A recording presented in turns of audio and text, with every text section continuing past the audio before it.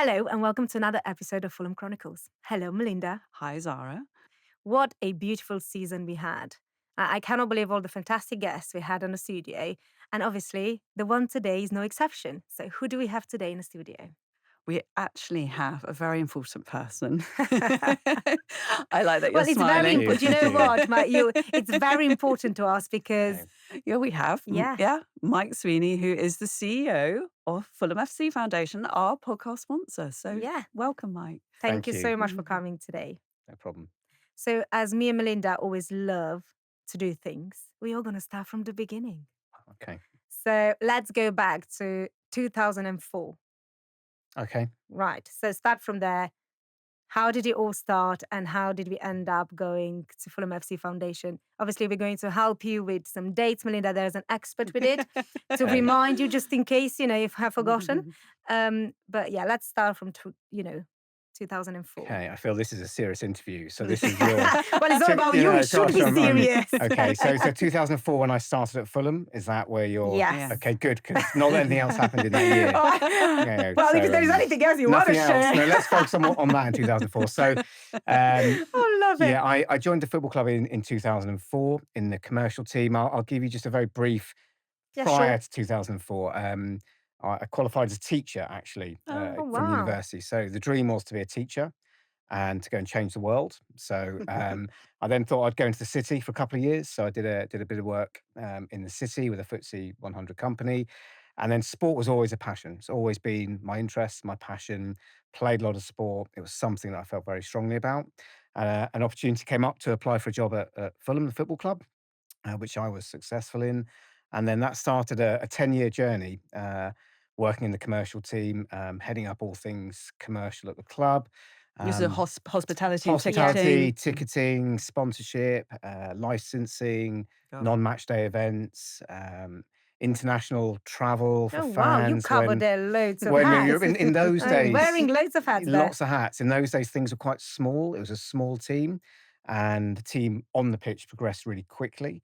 So it meant we all had to adapt. And maybe we'll do another podcast on my Yes. European experiences and adventures during the Europa League campaign, but that's a wow. whole Oh, other wow. podcast. Wow. So depending how this goes, maybe I can come back and do that one. So, Well, you so tell we'll us see. at the end. So that was it. Yeah, 10 years at Fulham. A brilliant Wow. time. Loved everything. I probably worked near enough 500 match days, home and away. Wow. Europe, first in, last out. You were that front of house customer service piece, as well as making sure all things commercial were done well. And then had a stint in tennis to the LTA, British Tennis, which That's was right. Yeah. which was great. But during that time, Mm. which is what is the great link to kind of what you're coming back as your role of CEO of Fulham FC Foundation, is that you always volunteered during that time, didn't you? I did. So I volunteered with the Fulham Badgers, our Down syndrome football team, which actually next year will be the 20th year of the Fulham Badgers. Oh, So we're wow. marking a big year. And I remember one of the Badgers came in, a young boy with Down syndrome, and he presented to the staff at Fulham about how important the programme is to him. And I was like, this is incredible. I've joined a football club that has these programs and initiatives that are attached to them. And I just said to the Susie who coached the team, I said at the end, "Oh, if you ever need any help, just let me know." Just sort of casual throwaway comment. No, you never, Yeah, you and- never and say then- that to anyone. And then I think by the time I got back to my desk, I'd had an email going, "Are you free on Friday evening at 7?"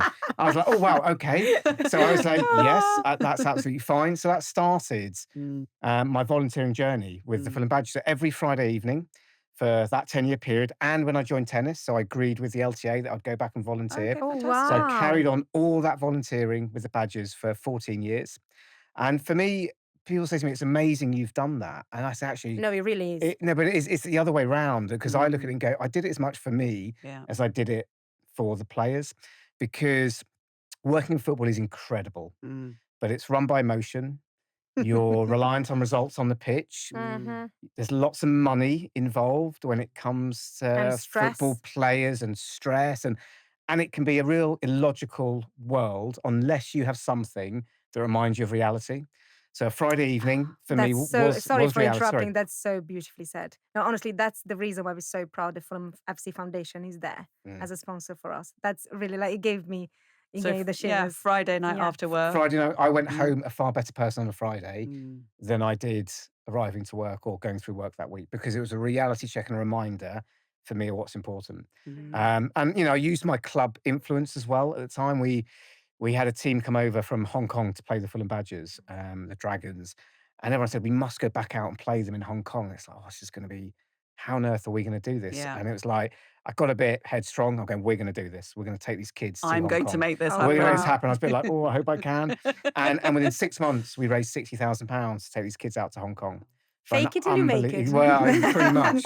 You were there like, I was like, oh, I hope this is going to, but support by the club. yeah. So yeah, so my involvement with the foundation started from pretty much day one at my involvement in the club, and I really felt that strong connection at that time. But as I say, I did it as much for me as I did for them, because it was a really good sense check on what's important.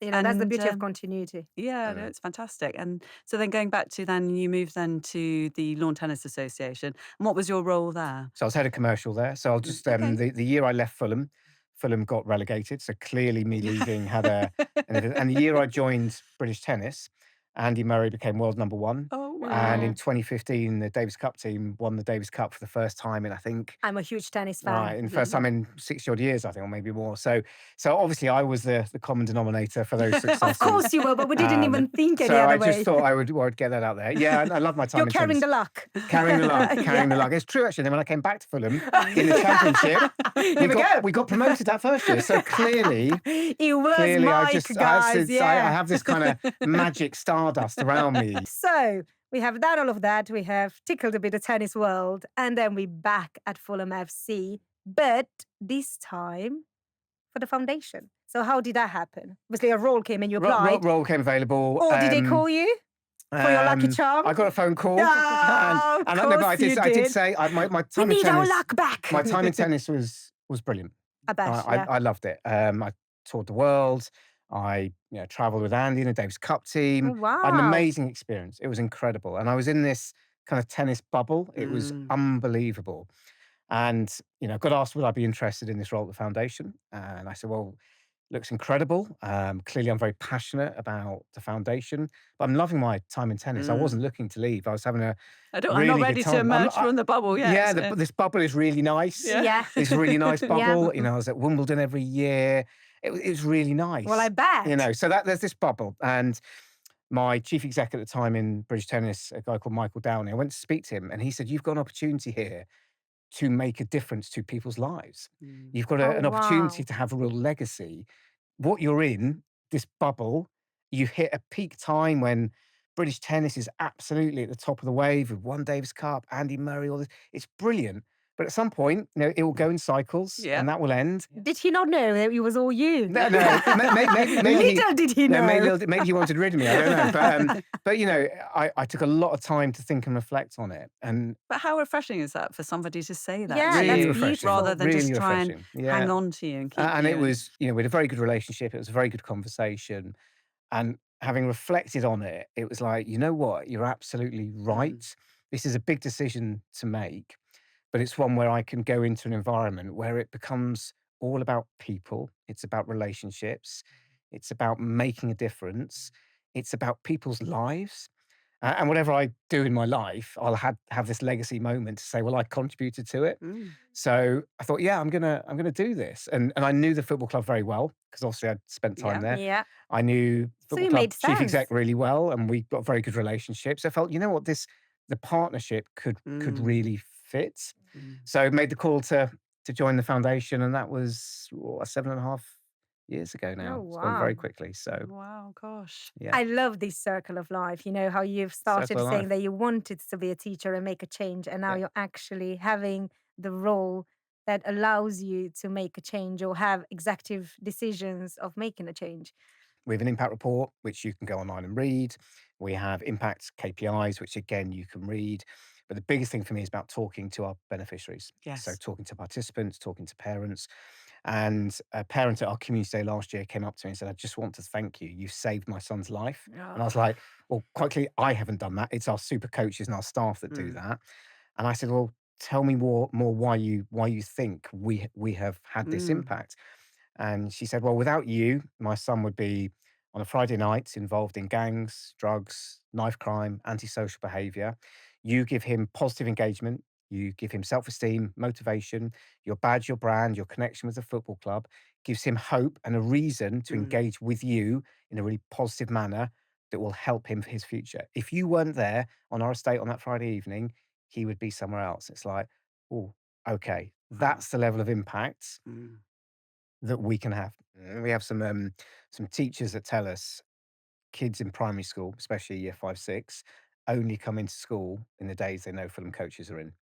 Oh, So wow. it's like, That's safety. attendance Yeah, levels but that's a at safety Yeah. net. yeah, it is. But it so, you look at that and go, well, That's not good, is it, there is though, a really? Yeah. power of influence that Yeah. we have in a really Mm. positive way. We can engage, we can inspire, Yeah. we can connect, we can really build social cohesion.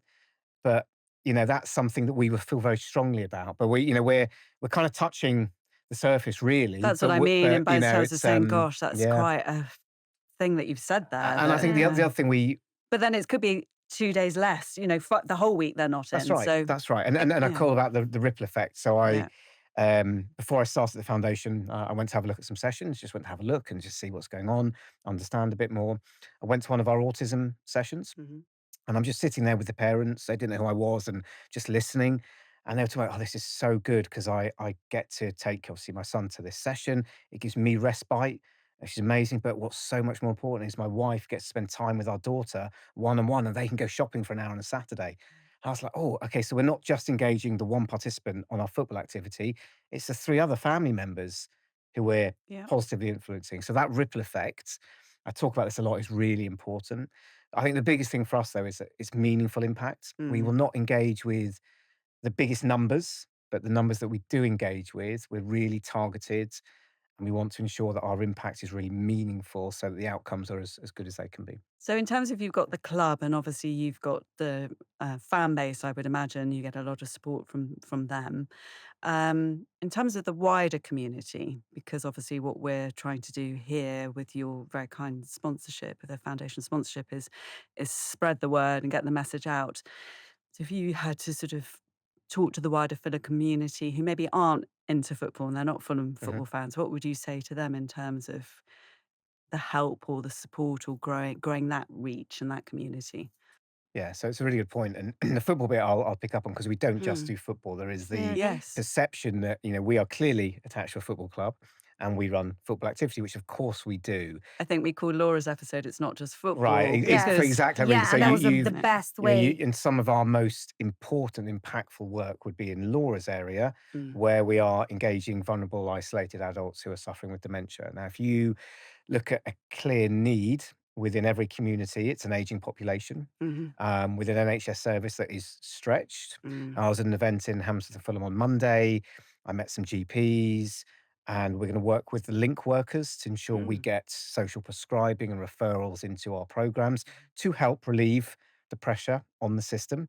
There's a cost benefit there, but there's also a people benefit. Mhm. So Yeah. we have evolved over time into an organization that is far more than delivering football, whether that's focusing on our disability participants, growing women's and girls' engagements, adult health, education and qualifications. We've expanded so much that I guess my ask for your local community is find out a bit about us, go online, have a look at what we do, because there will be something for you. And this isn't an ask for money.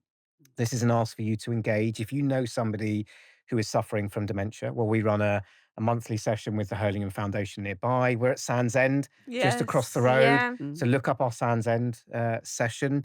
We had an event at the stadium a couple of Mondays ago. We had 150 people who are suffering from isolation and dementia at our stadium, working with Hammersmith and Fulham Dementia Alliance. So Mm. if there's an area that you feel we could support you on, Mhm. look us up and drop us an email and ask to be signposted to the right person. Because, as I say, it's about a community service is Yeah. that we offer, but we can't do everything. And I think this is Mm. the thing that one of the most difficult things in my role is to say no. No, yes. And I've mentioned how much we've expanded, and we have, but we have to do things really, really well. Yeah. Mm. So if we can't do it well, then we can't You do won't do it. it, yeah.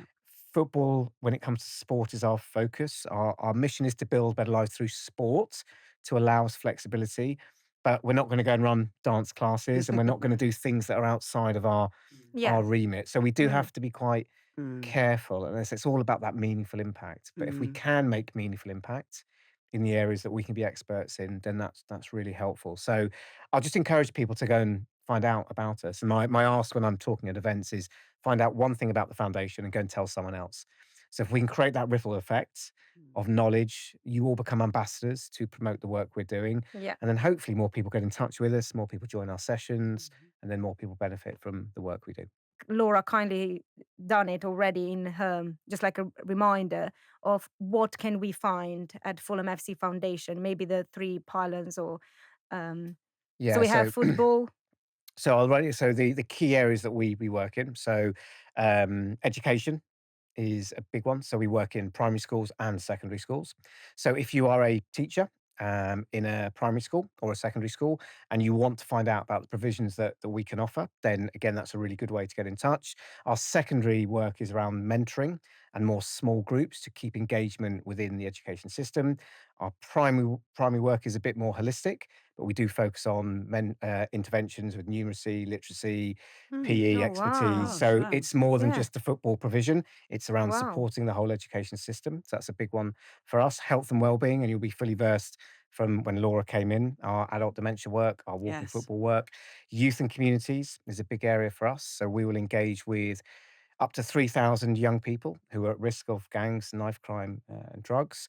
We work with about 500 refugees within that. So we're soon to be relaunching our refugee session here in the borough at Ilbrook Common. So that's Okay. Oh, a wow. big area Okay. for us. Women and girls is a big growth area. We feel we have to create equal opportunity. Definitely. So something over the last 3 years we've been very proud of is the increased opportunity we are offering for women and girls. And it's women and girls because you could be a 5-year-old girl playing football for the first time, or you could be a 85-year-old who wants to play walking football as well. So women and girls opportunities is really important for us. Next one, disability. So again, back to being equal. We run disability sessions 6 days a week.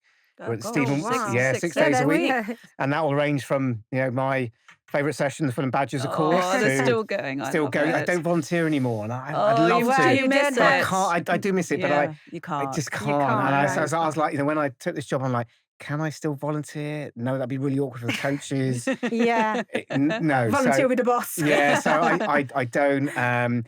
But we're at Stephen Wiltshire Centre in Hampstead, Hmm. Fulham on a Monday evening. So again, that's a good one to look up. But yeah, we are covering more and more. We have in disability, it's a capital A. So we talk about ability.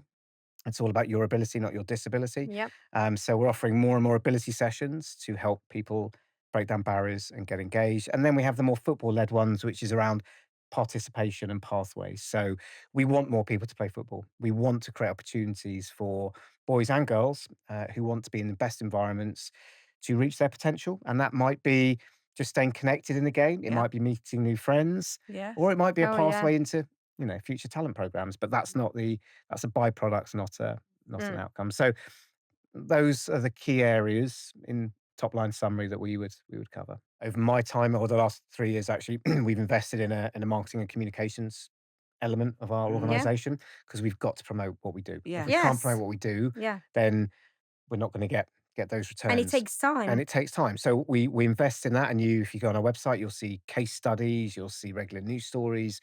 The drip feed effect of constant good news about what we do should sink in.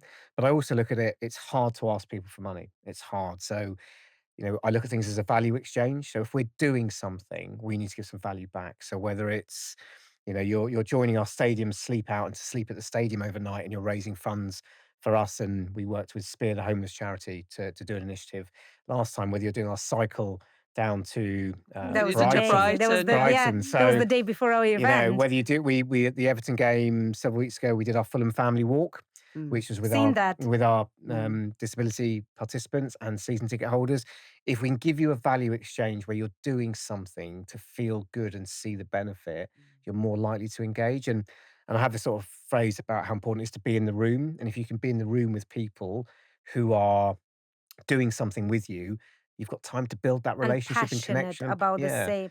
In terms of this year, moving into the second half of the year, are there any exciting new initiatives in the mix or things you've talked about, all those pillars that you've got and where your ambitions are to grow with girls and women in particular?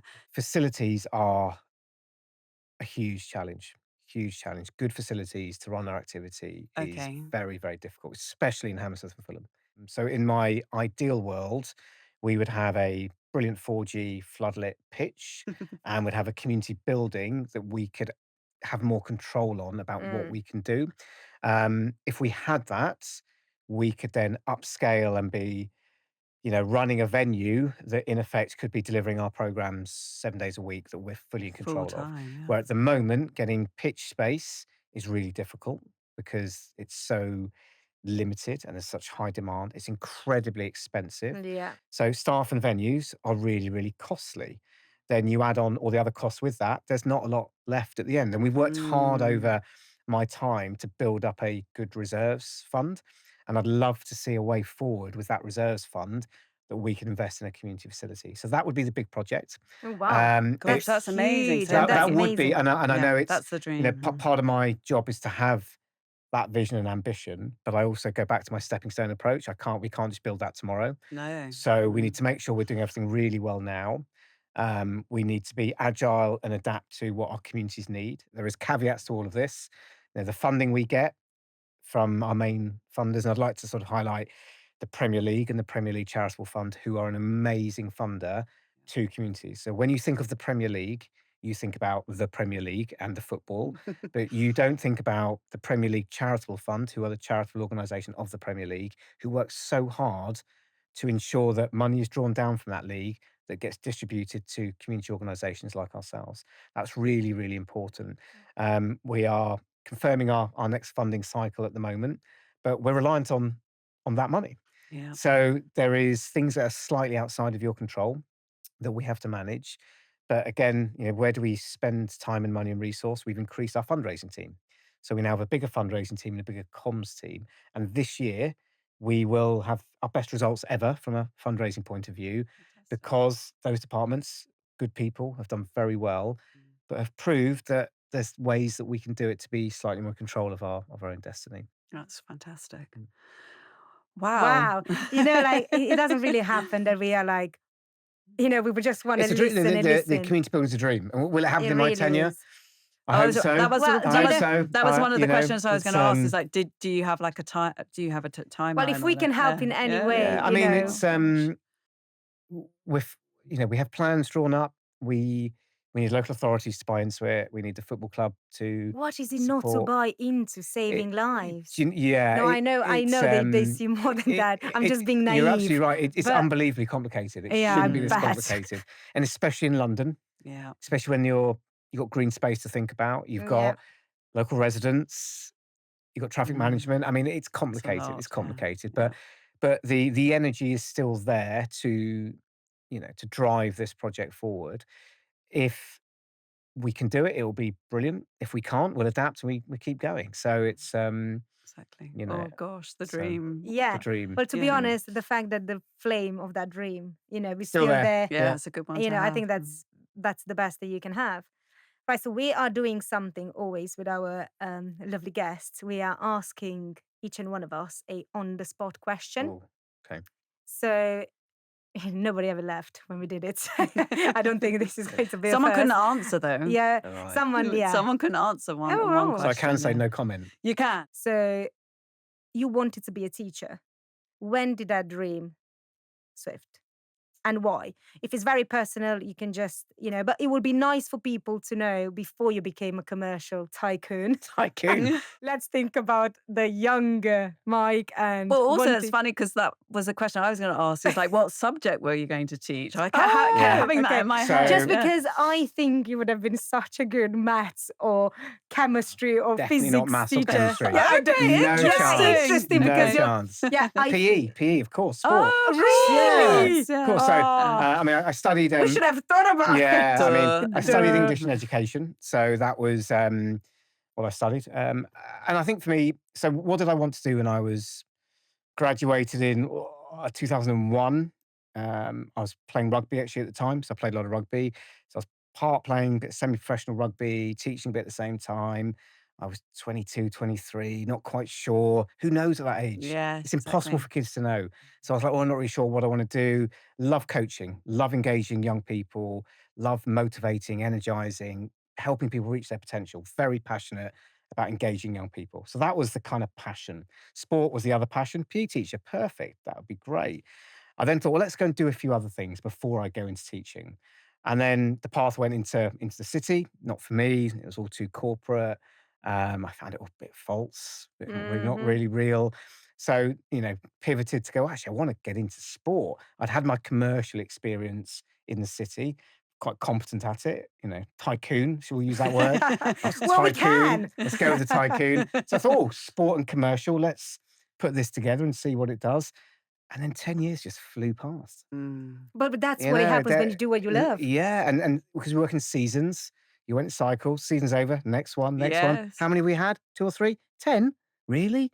And it just kind of happened. So, but coaching the Badgers was my way of still Doing what you love. doing that bit. Oh. So, and Because I thought I always was so curious about, when you're interested about something, you just say, if you need any help or whatever, but you wouldn't just jump straight into if it wouldn't have been one of those passions that you feel like, I'm doing something I like, but I want to feel alive. So that's why I've asked. But I wouldn't. But it's all tied up Yeah. with a bow, though, isn't it? Did. all tied up. Tycoon PE with the- teacher. That's it. It's like all these Here we things are, come all together comes back. to where we Yeah, are well, now. it's Yeah. lovely. Yeah. It's a circle And again. It is circle, and I go in and do a number of presentations and talks at secondary schools, and I always say, find your passion and you'll find your career. If you're not passionate, you're not going to have a career. And, Oh. and money's not important. You've got to be passionate. You spend so much of your time working. Amen. If you're not Yeah. interested and you're not passionate, it's going to be really difficult. If you don't know what your passion is, don't worry.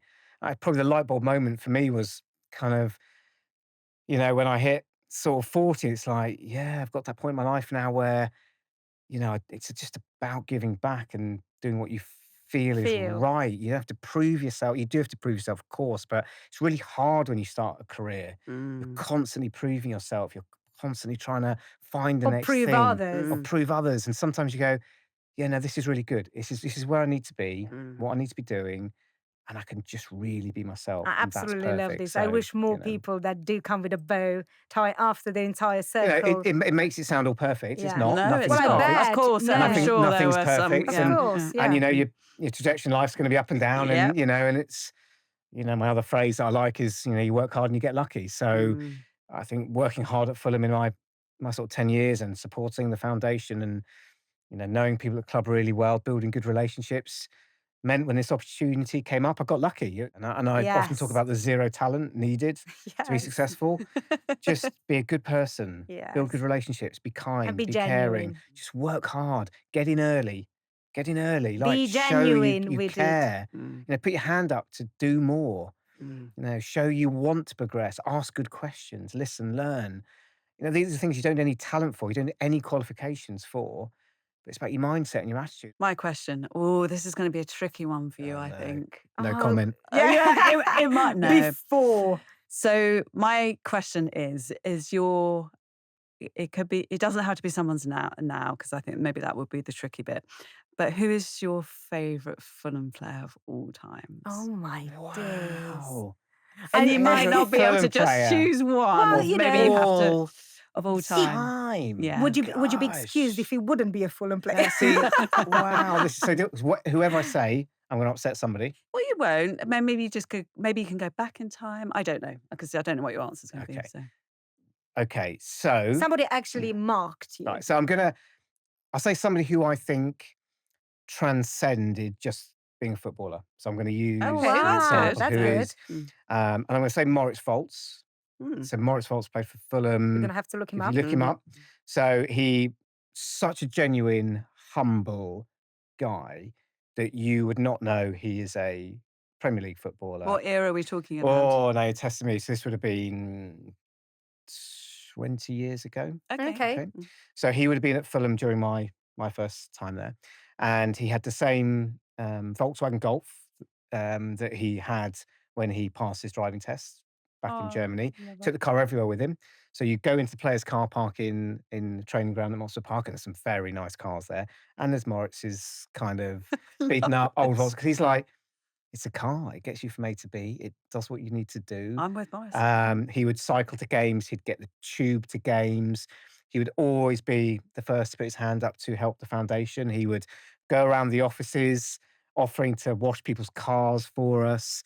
And he came back and played in a charity game that we put on. He flew back in. He got himself released from a contract that he was in with another club in Germany to come and play. No So, Oh, way. I mean, wow. I can't claim that I know Morris really, really well, Mm. but he was just the sort of person that he was really comfortable to make his own path and to stand above what the traditional stereotype of what Football footballers player. should have. Mm. And they're all unique and brilliant, and they all do such brilliant charity work. Mm. But I mean about the car. The car was the kind of big one. And I just thought that's a really good role model for younger players and academy players because they get their first contract and the first thing they do is probably buy a nice car. And it's like, Mhm.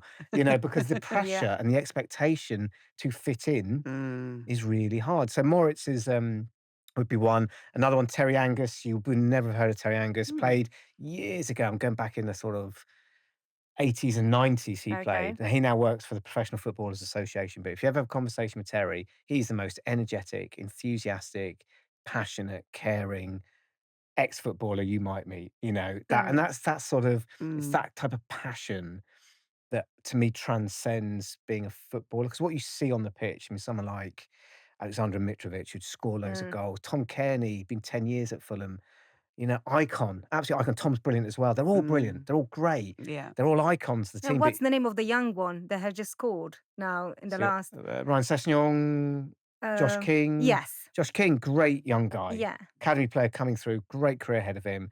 He seems really humble and genuine. Exactly. That's why I And you're like, We mentioned. wow, this love is that. great. Yeah. So, footballers get a tough time, Mm. actually.